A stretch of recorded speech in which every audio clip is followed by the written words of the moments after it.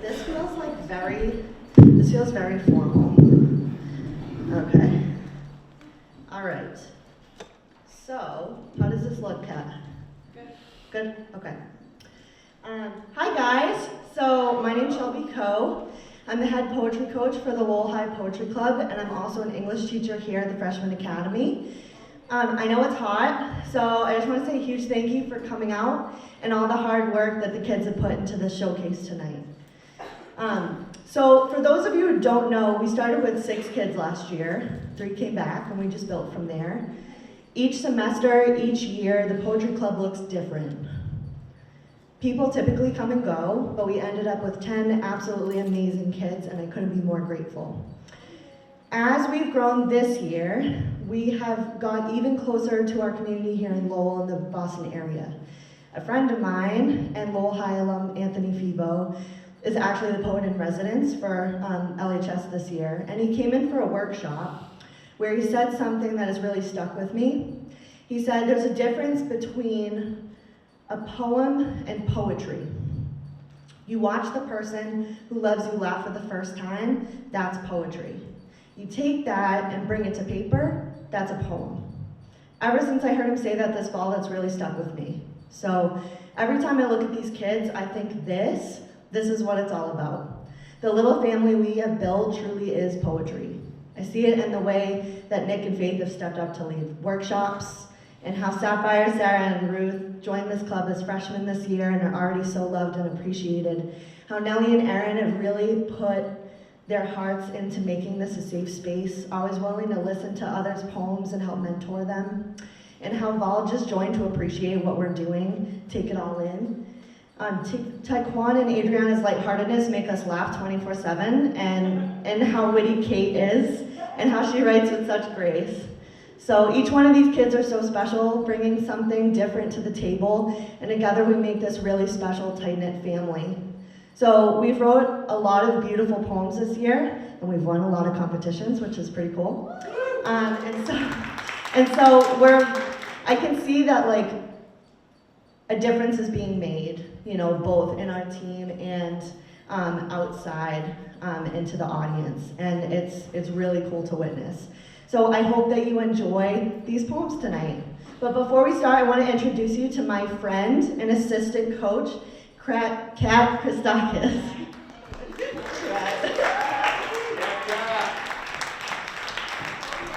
Hey y'all. So I'm Kat. I've had the blessing of coaching these awesome kids for the last year, 2 years for some of you.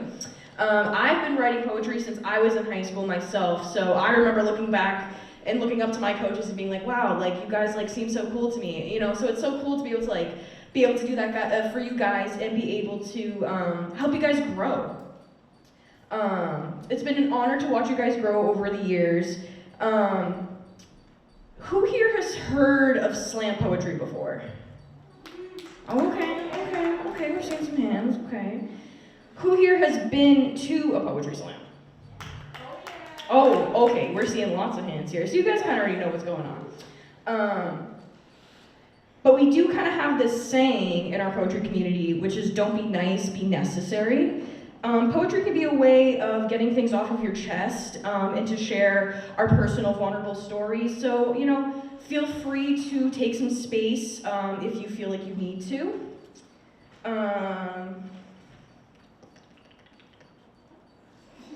If you guys really enjoy the poem, you can let us know. We can do some snaps. We can do some claps, maybe some stomps, some some oohs, some ahs. All right, I think we're ready. I feel like we're ready. I feel like you guys are warmed up. Are you guys warmed up? Yeah. Come on, I know it can get a little bit better than that. Are you guys warmed up? Yeah. All right, so without further ado, I'm gonna call up Kayla to come open up this showcase for you guys.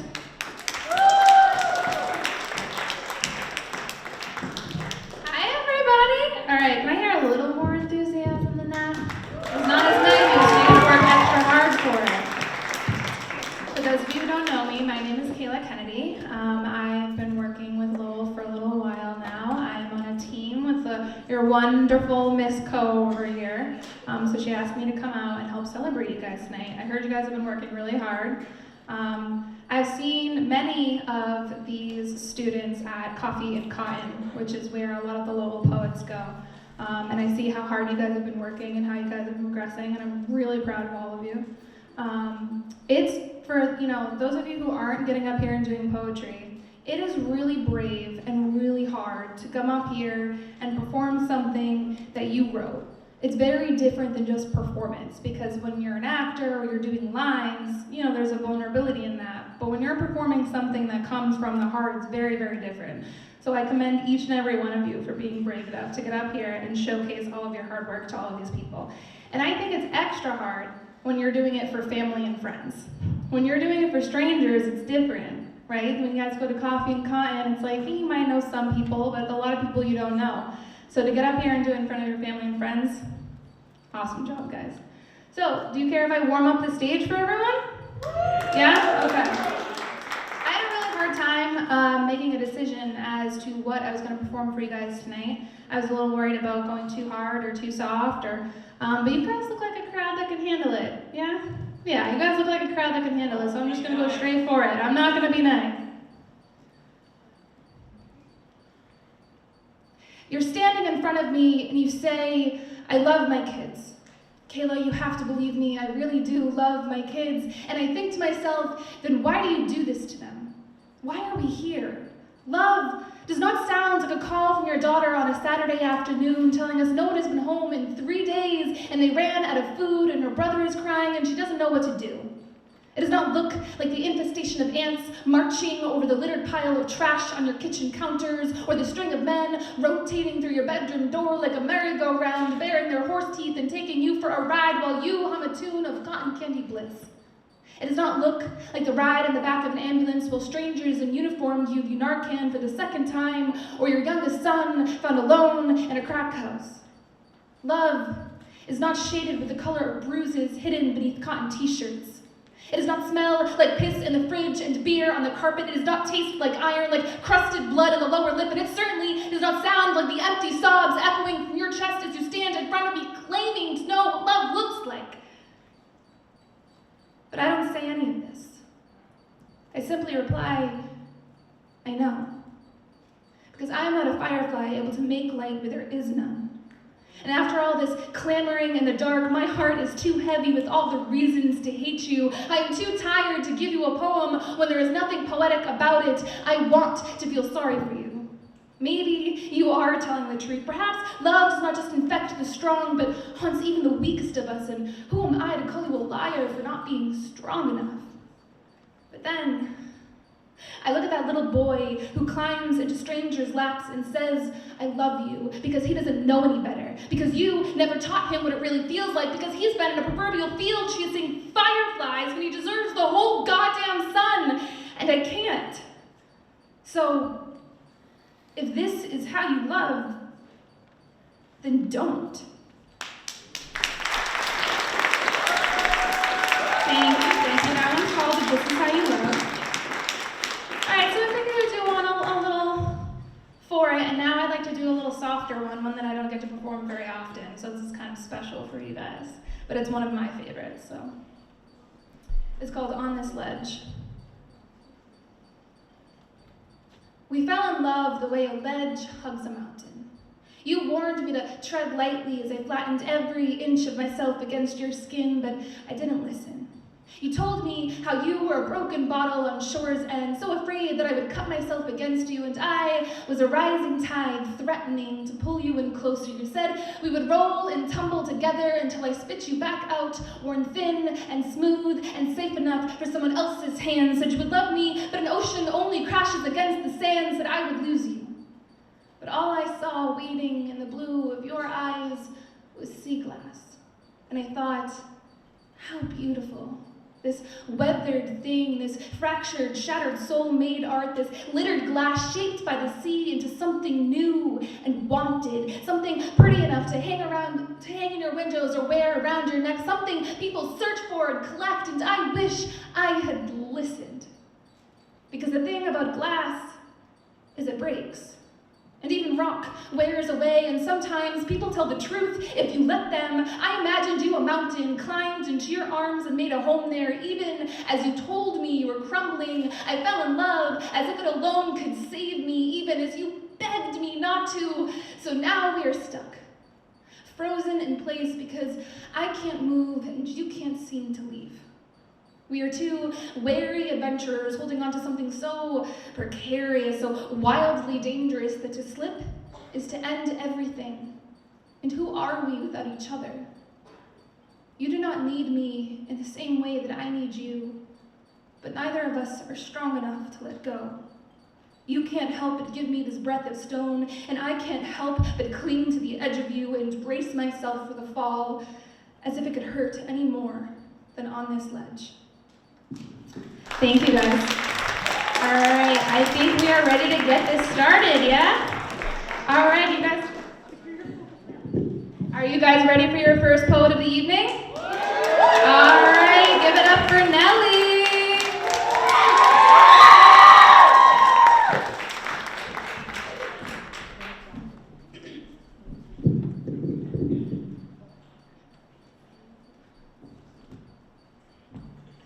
We should be in an era where women are treated with respect and dignity. But all I've been faced with is unrealistic labels and broad stereotypes. Yes, we have rights, but do we really have the right to use them? Because we have the right to vote and to speak, but do we really have the right to speak freely? Do we have the freedom to walk alone at night without being harassed? Do we have to be sexualized for the clothes that we wear on our bodies? It's come to the point where parents have to tell their little girls to be careful what they wear, say, and think, to never get in an Uber alone and to always have someone watching your drink. Do we really live in a generation where that's okay? Because boys will be boys, but girls are what exactly? Because we have to be smart enough to know that boys are just having fun, but if a girl does the same thing, it's a different story. Because that's how boys think. We have to be thick, but not thick, because that's what boys want. We have to be strong, but not stronger than a boy, because that hurts their ego. Who told the world that boys were the ones that would dictate the way we are supposed to look and think? Forcing myself to relax when I'm mad, because of course I'm not allowed to have strong emotions. And when I put on makeup, is it for me or for them? I will never live up to the standards that were already set for me when I was born. Built in a world where expectations would never be attainable, I never settled for the way I was. I shouldn't have spent so much time fighting for these standards, but have spent all my time fighting against them. At the end of the day, we are all still fighting for the right to be a woman in a world that shames and disregards us. Fighting to be seen as people, fighting for the little girls that to be told what to wear, say, and think. A constant battle between the boys who think, not all men are like this, but that's not the point. The point is, it's all women. No matter your status, no matter your race, your size, your age. Do not apologize for taking up space in a world where everyone should be treated with respect and dignity.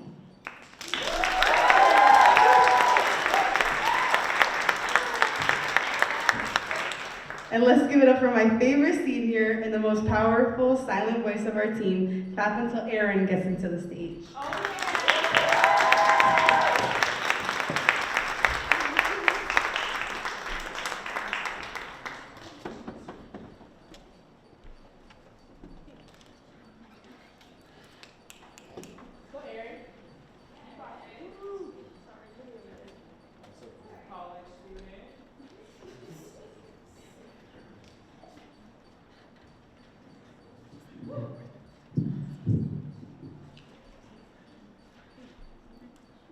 I always feel like I'm split in half.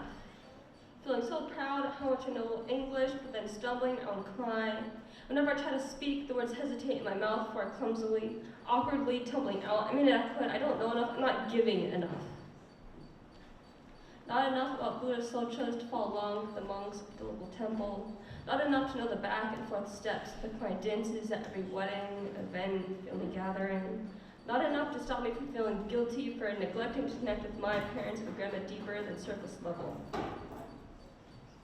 But that's why I cling to the one fragment of my ancestors' lifeblood that I know best. food. A kind that takes me home, that takes my American-born self and transports it to the loud and lively, hot, sweltering streets of Cambodia, because those small talks about our favorite foods from those Khmer dishes at Red Rose Restaurant give me life, affirmation, so that I know I have something in common with the other Cambodian kids besides the slant of our eyes, a few broken words of a language that I feel like I should be fluent in when I'm not. I don't know enough Khmer to compare to the vocabulary of a 6-year-old kid. So insufficient I can't get through a New Year's prayer with an adult's guidance. I don't know the names of virtually any relatives beyond my mom's generation. I don't know the dishes I'm eating are Lao, Thai, Khmer, Chinese. Heck, I don't even know what kind of Chinese I am. But I do know the taste of my mom's bitter melon stir fries. I know the taste of the sweet, cold tagachu that we get every summer, laden with canned jackfruit, syrupy palm hearts, and red beans. This burning spiciness of bothong, always chock full of juicy tomatoes, sour lime, and the mandatory pungent fish sauce when made just right. The sweet and salty curry made with coconut milk, tasted and proven to taste best with baguettes. I know the taste of my grandma's sticky rice, questionably Chinese lo mein and beef noodle soup. And the meal she spends hours preparing in the kitchen, using guesstimate recipes passed on from her mom and all the mothers before her. So, I may not know as much as I'd like, but for now, I know enough. I know the taste of home.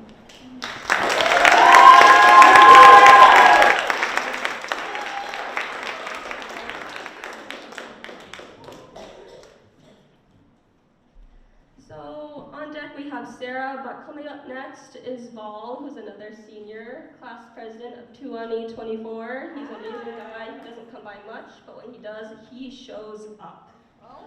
Give it up.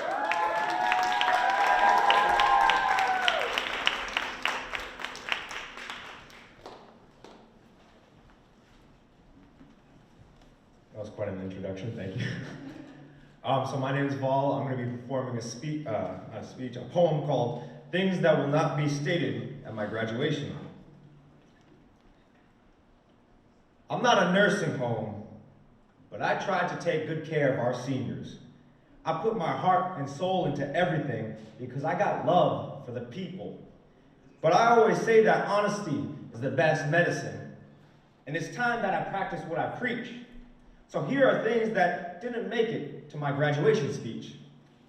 Can someone please explain to me what's going on with the bathrooms? Why I can't even pee without being squished in between two dudes? Why there's a fight happening in the corner, a haircut in front of the mirror, and a kid in the stall getting tattooed? Why when I look under the stall I see 1, 2, 3, 4, 5, 6 pairs of black shoes? Like, all I wanted to do was pee. Why are we packed in here like a can of sardines? Scenes so obscene, if you see them, your eyes would bleed. COVID might be over, but I still like my 6 feet, please.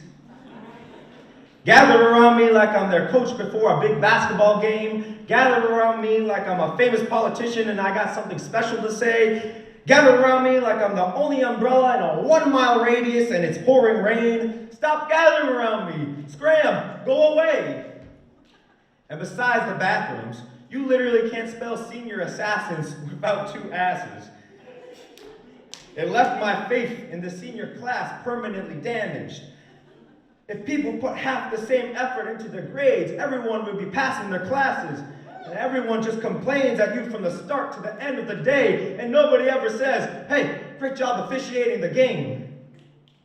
March Madness lived up to its name as we saw a bunch of middle-aged men releasing their years of pent-up anger onto teenagers in a dodgeball tournament. And I'd say the pickleball brawl was a success, if you can forget the $5,000 of damages we left. It's a lesson to learn. Always make sure that the tape you use isn't going to rip up a brand new $1 million hardwood floor. And apparently I rigged the class election because I had the most votes. How else are we supposed to determine the winner? You want a foot race, a boxing match, a cook-off to see who can make the better beans and toast? To all the underclassmen, if I had to give you one more piece of advice, Just be advised of the 200 men's faculty bathroom, because right above the toilet seat is a leaking pipe. Thank you.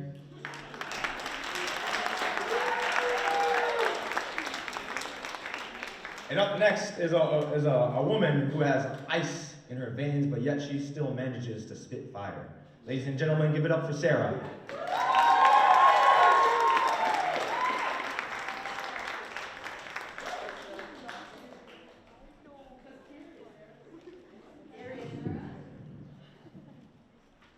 American dream. Many people see the United States as fulfilling the American dream. But what is the American dream? Is it just being able to live in America for the good pay, or being able to be free and united together in peace and harmony? Because that's what propaganda does. The internet showcases how America has the best presidents that will only do the best things for our country. We say that we are a united nation of states, but what is the state of our nation? So are we just going to ignore all the riots, shootings, and deadly events? I guess we'll also ignore all the abductions and innocent lives washed away. Because there's a truer fruits. Some are irresistible while others are poison. So it may look like America's perfect, but every day, every week, every month, a fruit drops, a leaf falls, and a branch breaks. Sometimes I wish I knew of what happens after you die. But you have no control of who lives, who dies, and who tells your story. Because they say that America is the land of the free, and that living in America seems like the best fantasy in the world. For some, the climb is swift and secured. With white picket fences, their lives are assured. But for others, the steps are fraught with so much struggle, it's an uphill battle in the rain. The second commandment in the U.S. Constitution states the right to bear arms. So is it the right to bear arms, or the right to bear arms?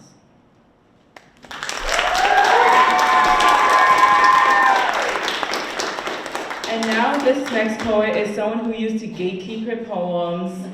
That's how good she was. She even got her birthday celebrated at our big previous competition, right here, right now, Speak Loud. Can we give it up for Faith?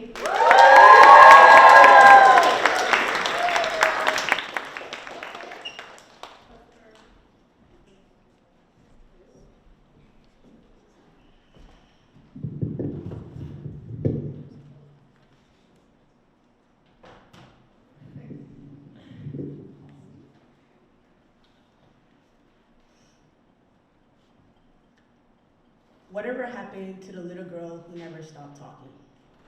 She wore whatever she wanted without second guessing herself, expressed herself with every ounce of energy she had, made sure that everyone around her knew exactly what she was feeling. Talked to her friends about literally anything without thinking she was ever oversharing. She was a little girl everyone loved. The word energetic reminded you of her, so whatever happened. She lost the one who was her opposite, but still could be her twin. The man she could be laughing with for hours, but crying the next because she got a beating for laughing too loud. The only guy she knew that would wait for her to sleep before he left for work.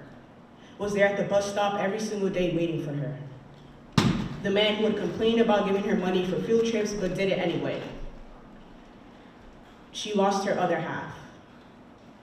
The one that would challenge her to stay up late on weekends, introduced her to basketball and made sure to be there at every game. The man who bought her an Anna and Elsa sweater, the same one she still regrets giving away. She lost the only man she'd ever give a second chance to, her protector that she could count on whenever she felt in danger. She lost the first man she ever said, "I love you" to. So to the people who ever asked me the question, whatever happened to the little girl who never stopped talking? She buried her voice with her father, so he'd have a gift when he went away.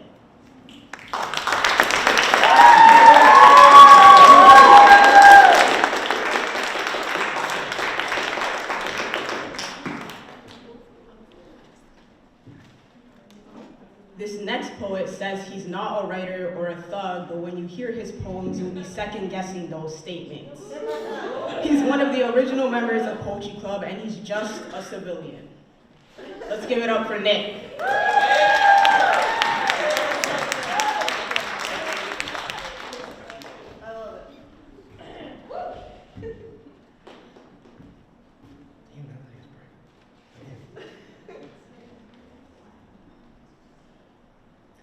My friend is my brother I never had. For the last 5 years, you could always find us together, hanging out and getting into trouble.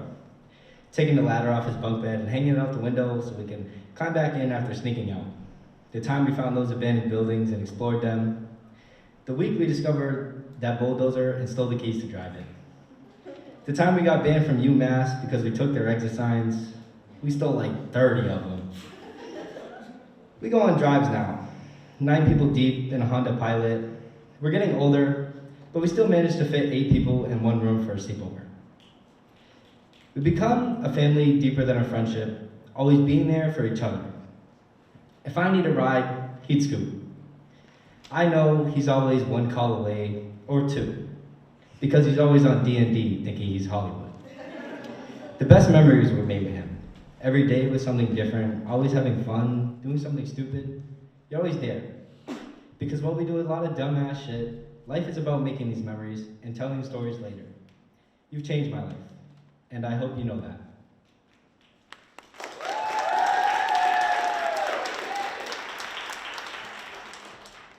For our next poet, I would like to bring up someone who makes the Poetry Club what it is today, Taekwon.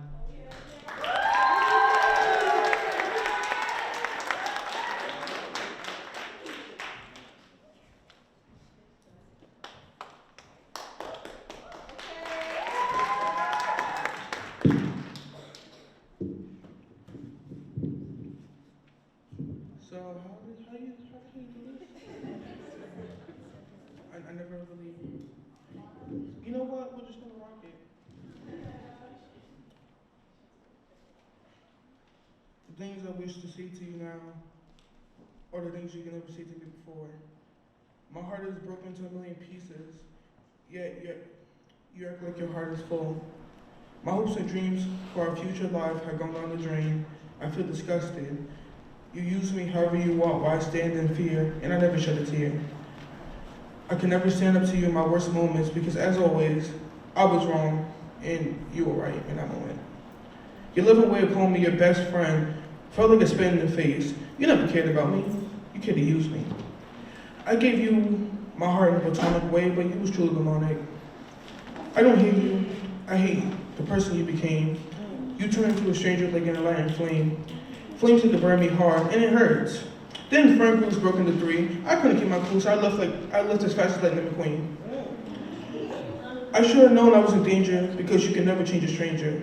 Yet all that remained was a dream, unnamed, unashamed stranger. I was always your second choice, but when you're alone, you expect me to treat you like home. Sorry to say, but you're gone, so I can never be your pawn. We will never clash again like lightning. We will never bond again like ice. I can never talk to you because my mother always told me not to talk to strangers. That's it.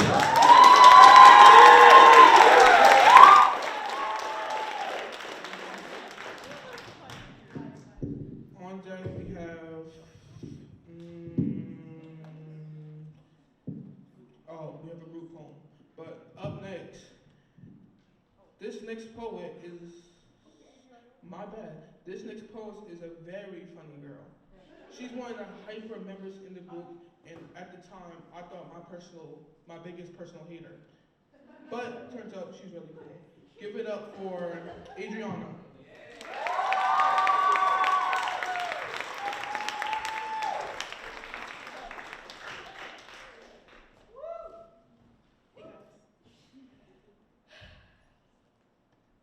Big funny girl. Oh, I know her. She's the big funny girl, right? She's the one who breaks to a split in the middle of class, right? The one who makes random songs.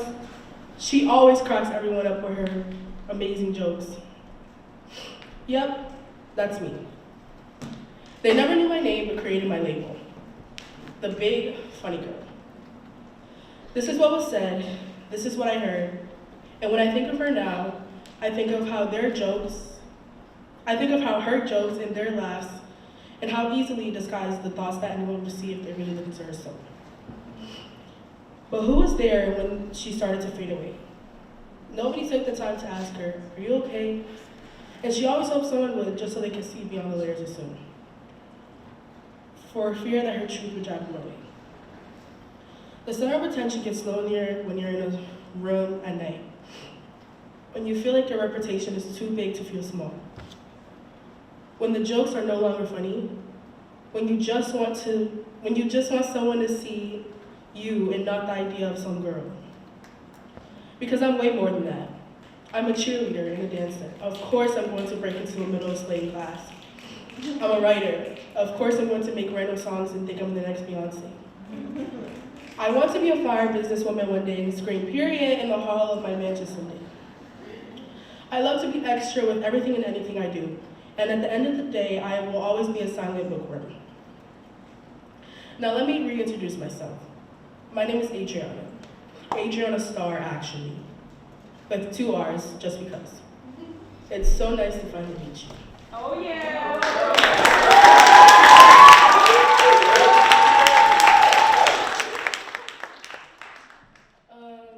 The next poem we have is a group piece performed by beautiful people that bring life to a poetry club and make it what it is today. So let's hear it for a countdown. Oh!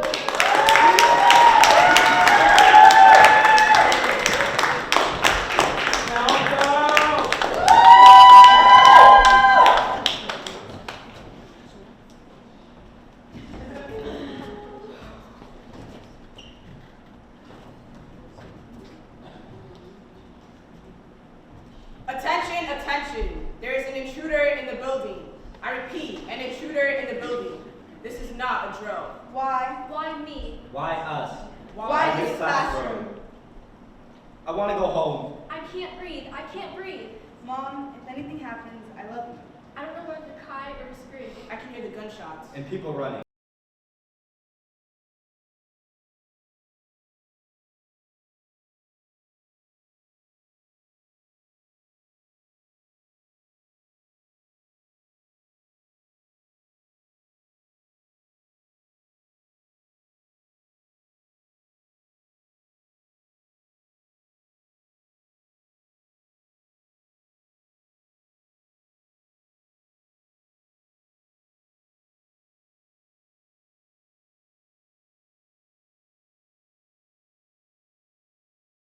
It doesn't matter where you are or who you are. There is no solution. Only aftermath. No prom. No diploma. Again and again until the body count and headlines just look like numbers. You'll never come out the same once you leave those double doors. They went to school to get an education like us. But a gun took it all away. 183 killed and 250 wounded in the last 20 years. No chance at normalcy. Is trauma a graduation requirement? Is losing your life too? Do you have to have a gun pointed at you? Your children. My friends. Us? Think quick. What are you going to do? You've been practicing for this. You have 5 seconds to make a decision. 5. 4, 3. 2, 1.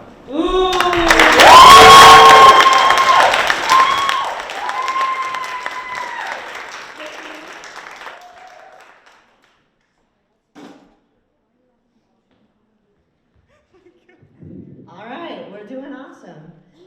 So we're gonna have a quick 10-minute intermission because I know we started late. I want to be respectful of your time.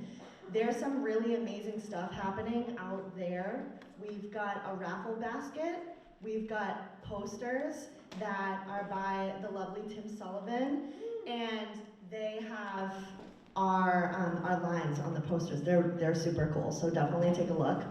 And then we have baked goods by us. By us, I mean the kids. So you should totally grab some stuff, take a breath, and then we'll be back at 7:15.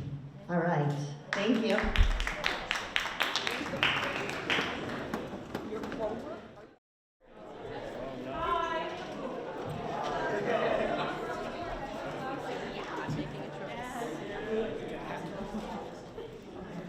My name is Nellie.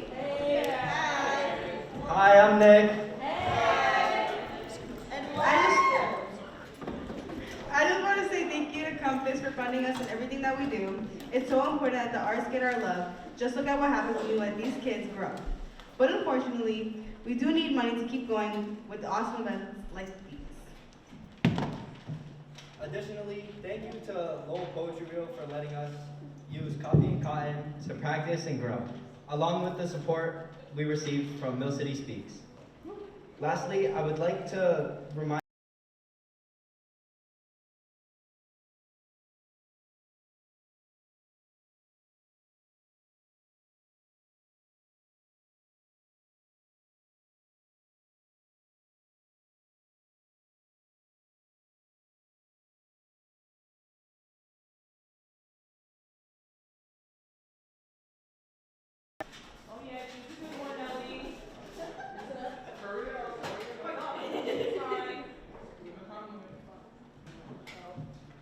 Two 599-157. Who's that?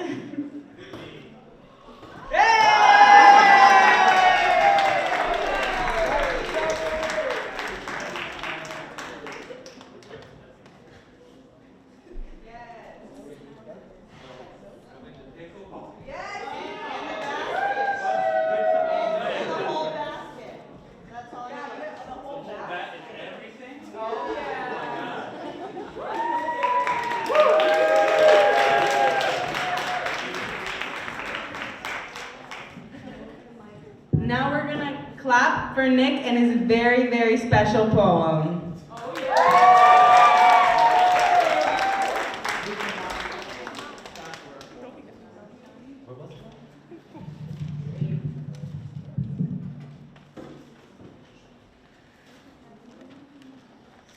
Oh my God, hold on. Technical difficulties, hold on. You're good. Take your time.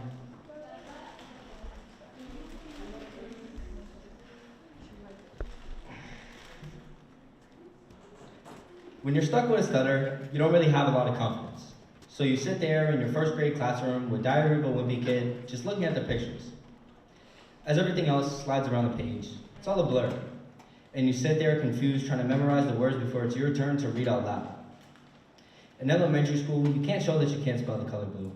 So you copy that shit off a Crayola crayon. It's not an option to cry in front of the class, so I tell my teacher that I'm not reading today, or ever, because I'm too afraid to admit that I'm not like everyone else. When I talk to the other kids and stutter, they say, spit it out. How about you shut up?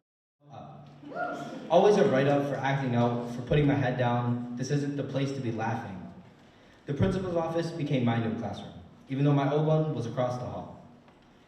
At what point do you check up on the kid who's giving up and struggling? Every time I get back on the right page, I lose my place again. And the routine continues, the grades change, and I'm in summer school. It's 7 years before I finally comprehend that I'm not like everyone else. But I am. I'm 1 in 5. That's 20% of everyone you know. Imagine if I had known that I wasn't alone, that I wasn't stupid. I write to understand dyslexia and what it means to break through it. I speak on this stage because here the pauses have purpose. I can space out the words and lines how they make sense to me. And finally, I find my place. Finally, I'm part of something.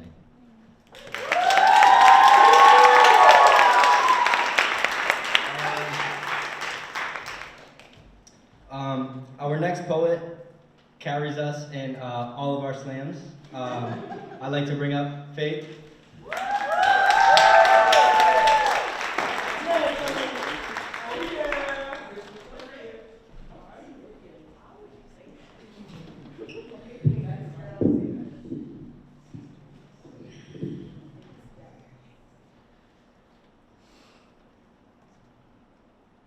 Never in my life have I ever feared so much for it. I wanted to go home, where my peace of mind was guaranteed, where I didn't have this pounding in my chest and sweat on my forehead that wasn't from the heat, it was from fear.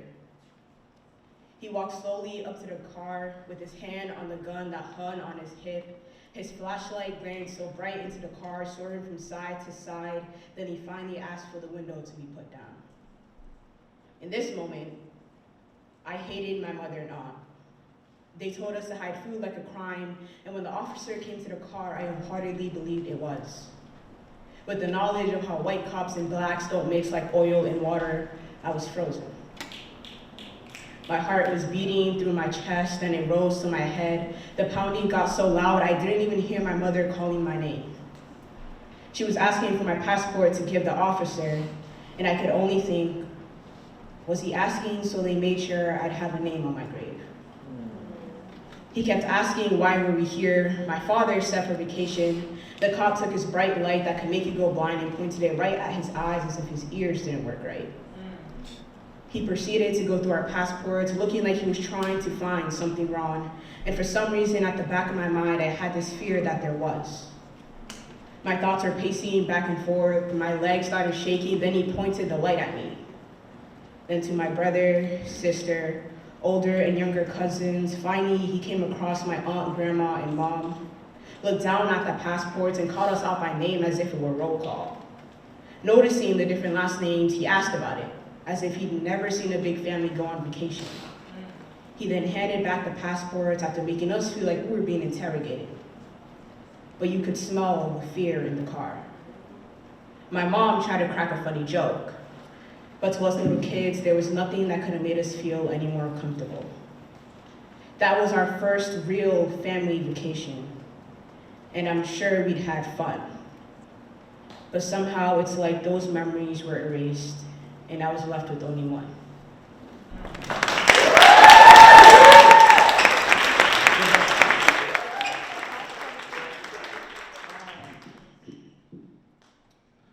This next poet was probably quieter than me in poetry club, but when you hear her perform, you hang on every word. She's super fun to when you get to know her and can't help but admire her work. Let's give it up for Sapphire. Oh,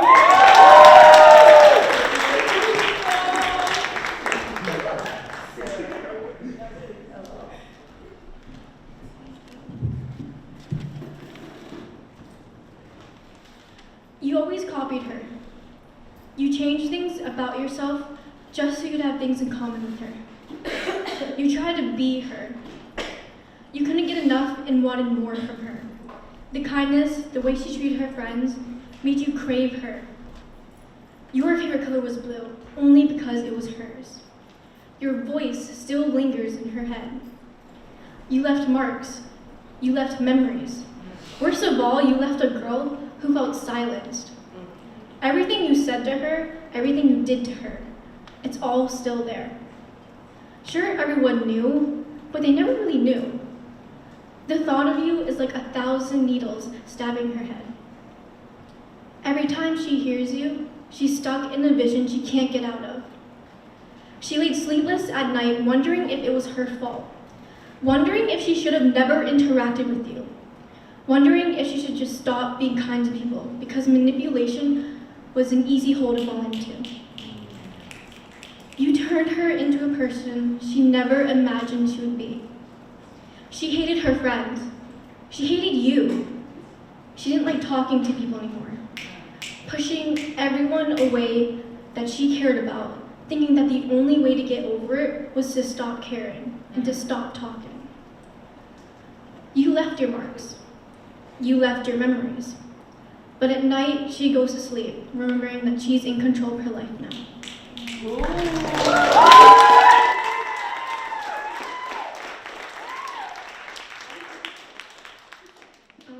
On deck is Sarah, but up next we have someone who brings a lot of energy to the club. Give it up for Taekwon.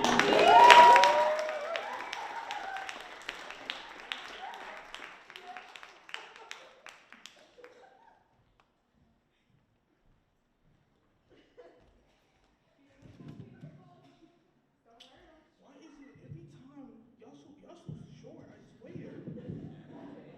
Help me. Yes.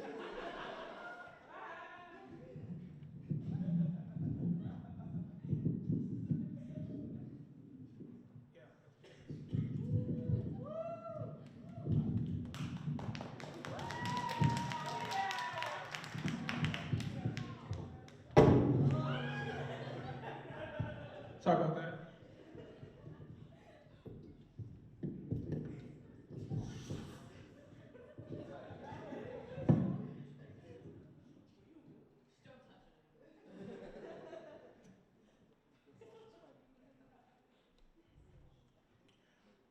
I want to shake it like jelly. It's not fair, goddammit. I almost slammed my hand in the store when I found out there's no guy booty shorts. words for girls people say are fine, but for guys, oh hell no, out of line. We will be given some hidden signs. Just because I want to have fun does not mean I'm gay. I'm just one of the girls, but a black guy with some nice curves. Not my fault, I could shake it like jelly. I'm the goddamn jelly master, goddamn it. I can make a scene. But no, you want to be me. Or is it you want to be me? Why do I gotta change myself because you're uncomfortable? This is what my friends like, so then so be it. Because I'm like the light, and then my moms, and whoever be the beetle. So this will go along my statement. I'm not a baddie, and I'm not gonna shake anything. But I do so happen to live near a deli, and yes, I can shake it like jelly.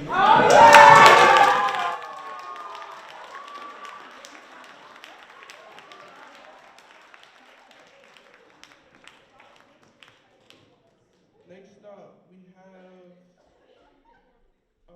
on deck we have Kate, but next up, this poet is a OG member of Poetry Club. She is just so amazing.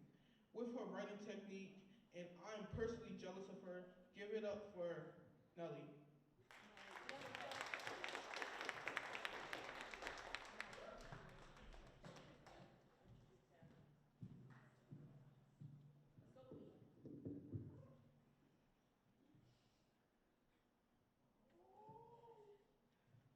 I've copied and pasted his face into all my memories because in my mind, he is still here. I have his nose, I have his eyes, I have his face. I just don't have him. I want him to be there. I know he would have wanted to be here, would have wanted to see me grow up. I've grown a lot since my Dora the Explorer pajamas stopped me. He would have been so proud of you. But all I've ever wanted was to hear him say it.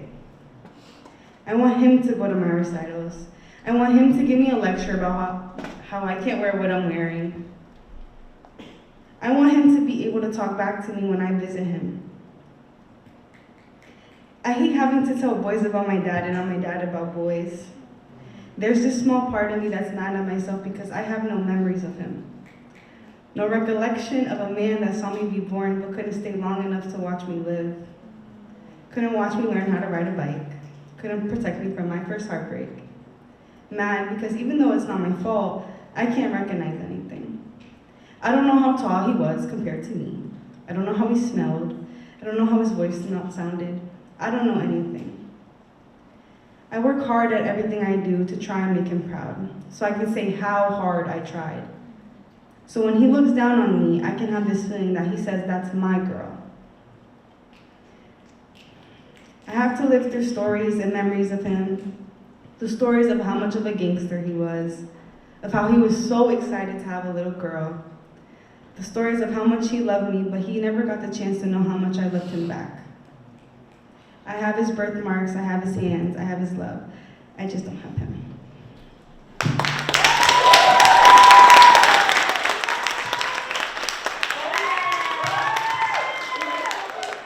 Now we're gonna give a big round of applause for Sarah.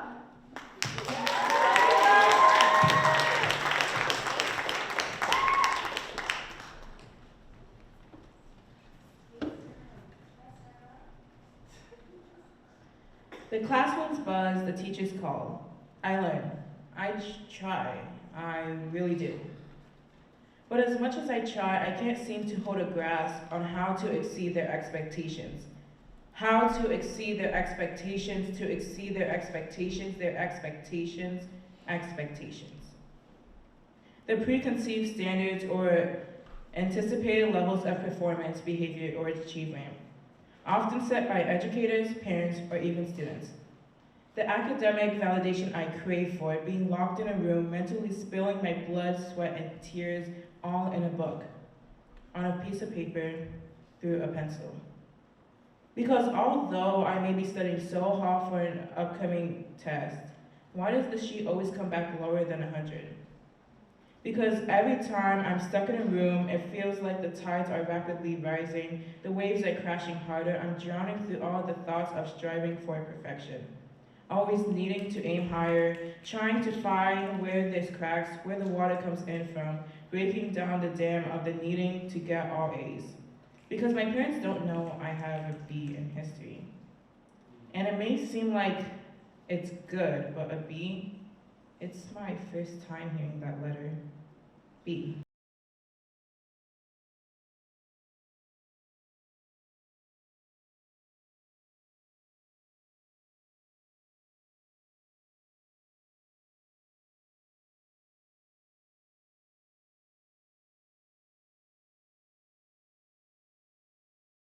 Is very intellectual, and her poems are like really good. She's a wonderful addition to our team, and you know, she may be small, but she is mighty. Let's give it up for Kate.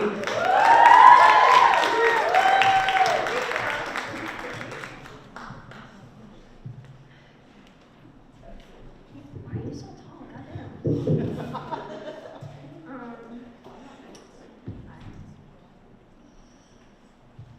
I get it, Kate. You don't need to keep going on and on. No, I get it. You don't need to explain it to me. Can I get the abbreviated version, please? Not exactly confidence-inspiring. I talk too much. When I like things, or know a lot about them, or I'm interested in them, which is everything, I talk too much. Words pour out like word vomit, and I know most people don't care, and I know they're not listening, and I know I'm rambling, and so I shut up.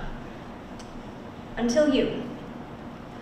You were talking, and still talking, and people started to snicker and laugh and joke, and you looked them in their eyes, and you kept going.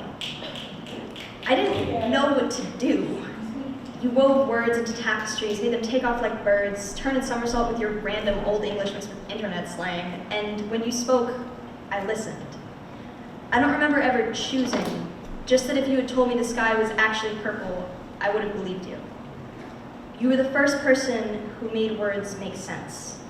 It was beautiful. I want to hold your words and grip them, shred them in a printer and throw them up in the air so I can see them flutter around me.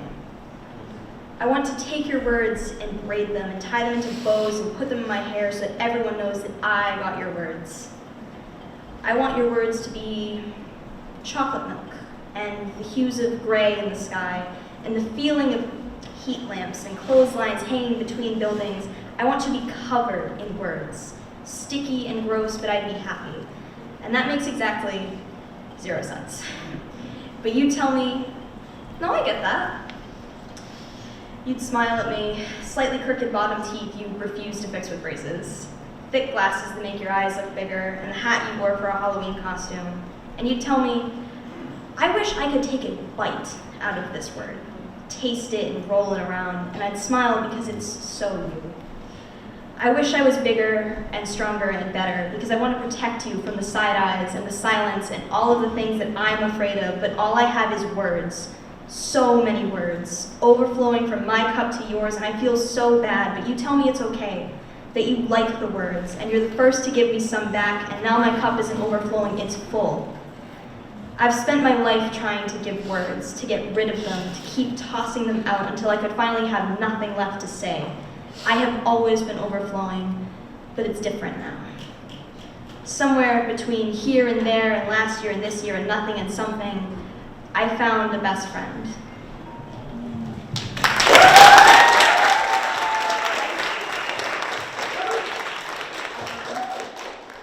So on deck is Erin, and the next poem is by one of the funniest people I have ever met. One time I woke up in our hotel room in our last competition at like 6 in the morning, and she was swimming like a fish in the pool. I don't know where she went, I don't know how she got there, but she was there. Give it up for Adriana.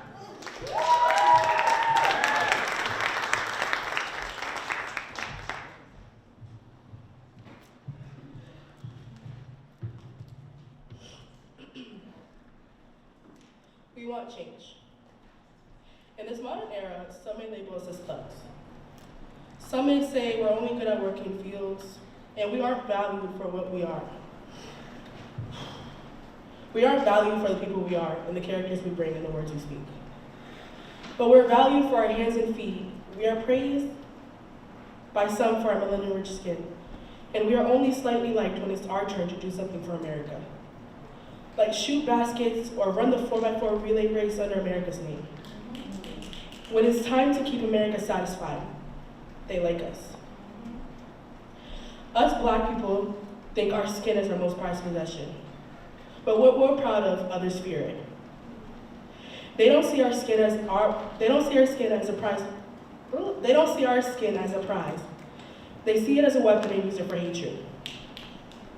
Some may even see us coming across the street to the other side because the strange thought comes into their mind that we're going to knock them aside of their head, pull out a gun, and demand money. We want change. We want change for George Floyd. He was killed by someone's knee, the knee of someone who we are supposed to trust to protect us. We can't trust them to protect us when they're killing us. We want change for Ahmaud Arbery. He was a man who got shot going for a jog. We want change for Breonna Taylor. 7 cops forced entry and shot her because they thought she had drugs. Because they thought she had drugs. They say they were just doing their job. I was terrified. I was scared for my life. I had to do what was done. They said they didn't mean to kill them, but they did. That's the thing. They did. They pulled a gun on a man jogging home because he looked like a suspect. When they put their knee on his throat for 9 minutes and 29 seconds. When they shot her when she answered the door, they meant it. We want change and we want it now. And for all those asking, well, why does it have to be Black Lives Matter, not All Lives Matter? Don't ask me. Ask the people who cross the street when they see a black person. Ask the people who have 0 trace of melanin in them, but continue to say the N-word, and ask them how they feel when they say it. Ask the people who think there should be no Black History Month. Go ahead and ask them, and let me know if they give a valid answer, because I'll be waiting.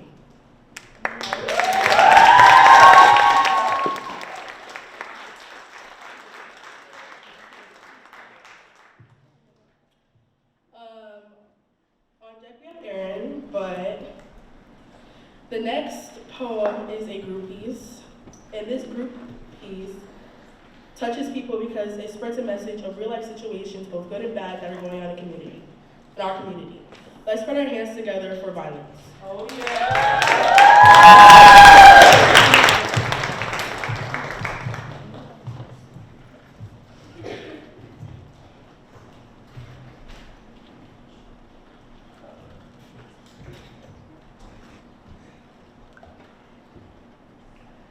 Students suffer brutal beating in Massachusetts high school. Teacher says violence is getting worse.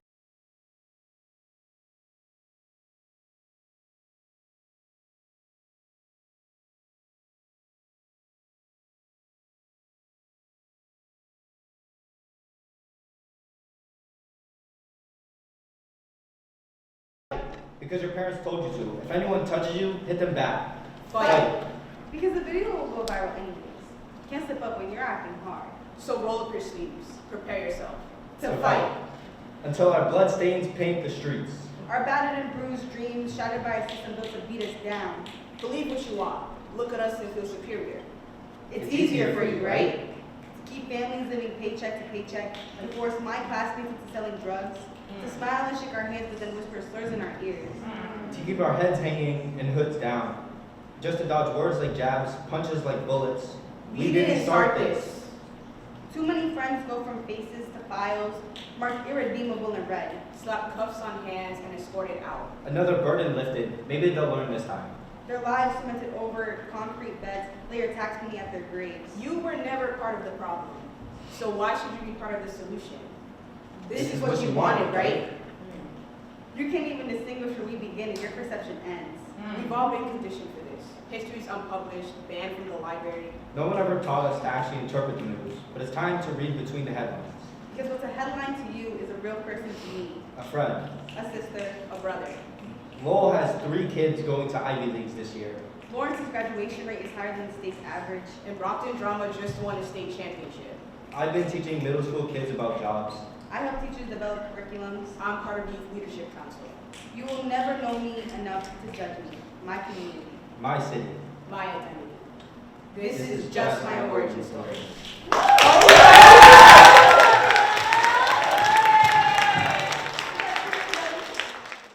Let's give a big round of applause for Erin.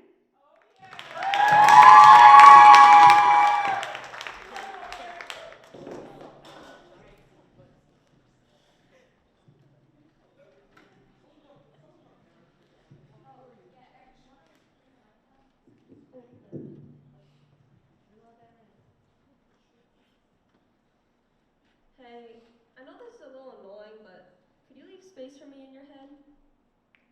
Could you scoot things over a little bit so I can squeeze and snuggle in the comfy limbo between past and present? The in-between of recollection and reminiscence, where warm memories straddle the area between your head and your heart. Where old funny conversations can cascade into you and fill you up with nostalgia. Where the sweetness of genuine moments of connection can flow over your shoulders and envelope you in a warm embrace. And the echoes of a small conversation can fill your ear like it was yesterday. Now, I'm not saying I'm picky, but let there be enough space so that naps can be taken on the couch even when there's a bed. Leave enough wiggle room to get down and shake jelly, where the bedroom is strewn pizza boxes, takeout, and board games of murder and betrayal. And is just barely able to fit a dozen people if we let some sit on the bed and on the floors.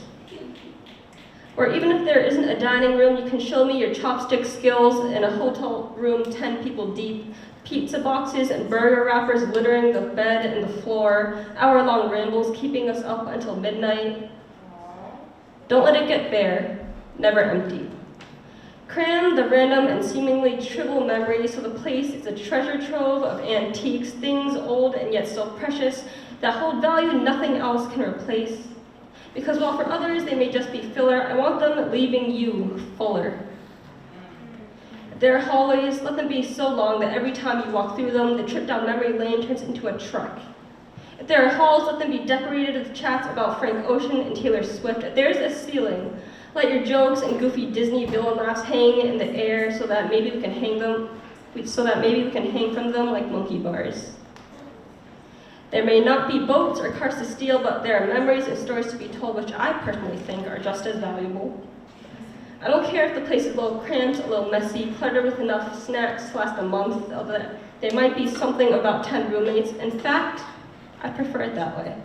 Because honestly, I prefer a full house. So, even if I'm just on the street or stayed away, can you please make space?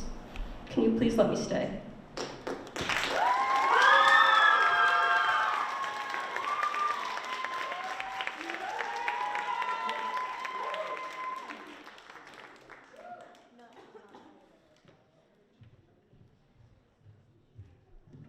So that poem was a surprise from Erin, and I'm crying. So here we are. Okay. So that poem that she wrote was about her memories in poetry club, specifically the last competition we did in Boston, and I cry every time I do this. Like, seeing these kids come together, you know how teenagers can be, right? You know how adults can be too. We all fight, we all say things we don't mean. These kids have so much love and respect for each other, and it's unbelievably refreshing, and like I just feel so blessed. So first I want to say thank you to you guys. I love you so much.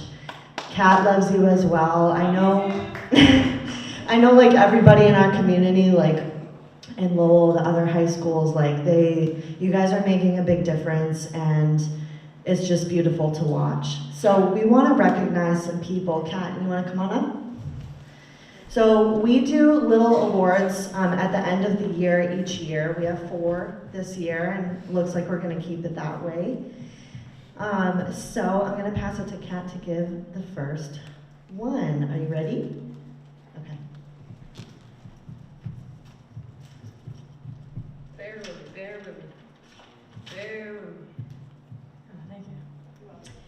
poet has without a doubt improved in the most notable ways this year.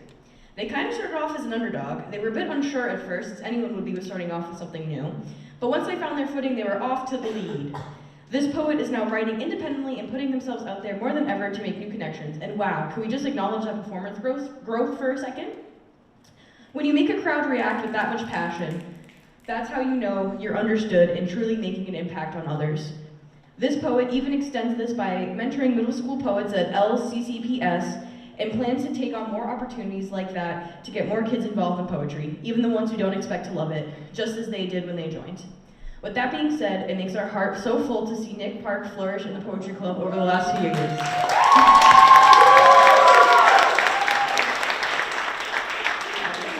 Get up here!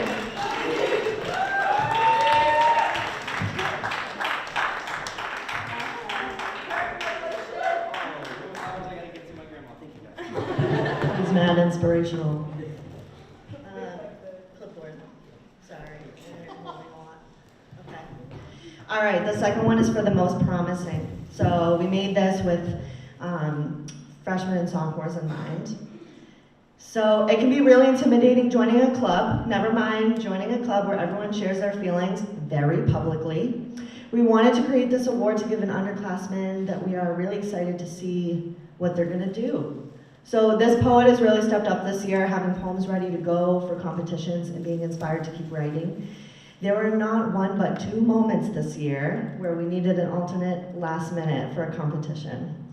The day before a slam, we asked her, hey, so we need a person. And she was like, I'll do it, but I'm scared. It's like, you'll be fine. So Sapphire Feliciano is very confident, like just started, was super quiet, more of an observer, and then got on the stage and crushed it. Like it's so amazing. So even in the face of adversity, she was able to make lasting friendships, and she's so wholesome, and we love her. She's such a light, and we're happy to have her here, and hopefully for the next 3 years. So come on up, Sapphire.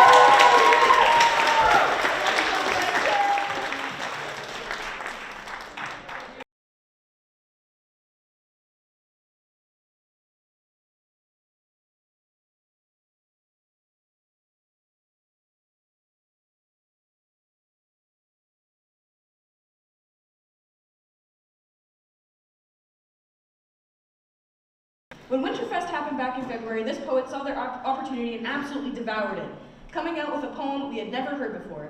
At that moment, we knew Faith was going to be an integral member of our club. Her ability to work with anyone is admirable, whether she is taking the lead or supporting others, or she's working down at LCCPS with Nick. She is extremely reliable, and I don't think you could get this girl to stop writing. She is always coming up with ideas for pieces and sending us poems to look at. To go from being mostly quiet to commanding a space in 3 months' time is beyond impressive. That's why we want to acknowledge Faith for all of her hard work and accomplishments this year, with most dedicated. Let's go!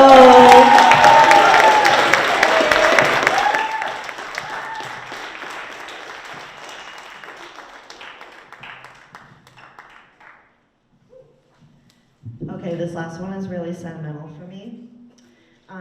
My students already know. I have some of my English students and my poetry kiddos.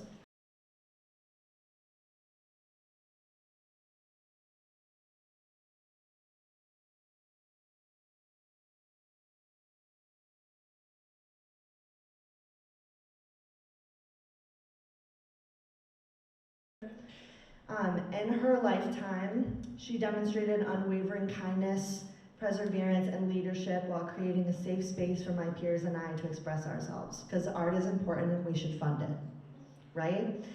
She truly made an impact on so many of us and really inspired me to be a teacher. And so we were at dinner in Boston, and I was just really thinking, like, I grew up wanting to be like Nan, and these kids being so invested in poetry and showing up, like, that's what makes this possible for me, and they make it possible for me to live my dream. So I wanted to honor her impact by honoring a student who positively influences those around them, just as she did while being an artist themselves.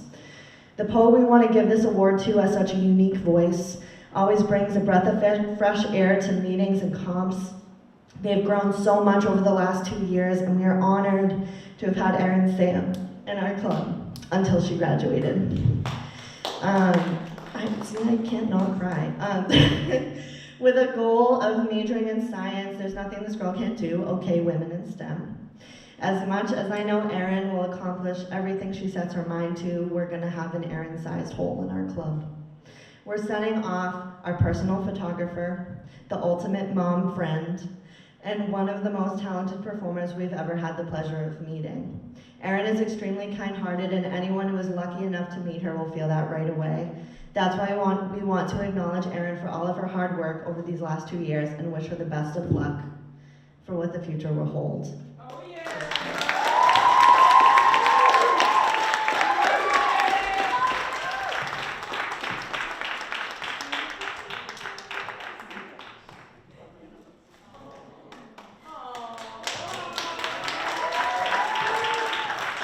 Alrighty, so I believe that is our show. Do the kids want to come up and do one last thank you?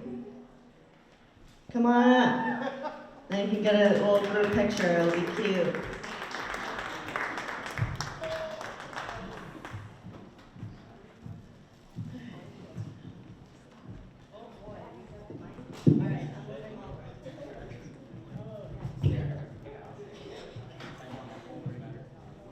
Hello.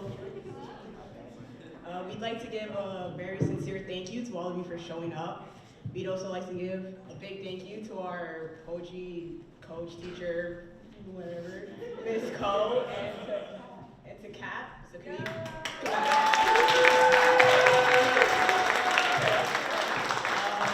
they made this all possible, and thanks to them, a lot of us would never have even thought about doing poetry, but we still stayed. And we still won. You know what I'm saying?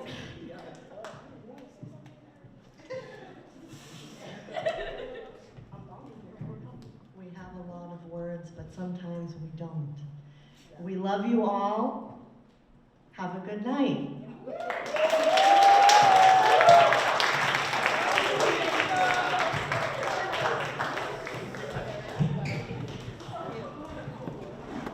You know, next note, if y'all really like poetry, you know, next year, I don't know how many of us gonna be here because, you know, things happen, but join Poetry Club 2025.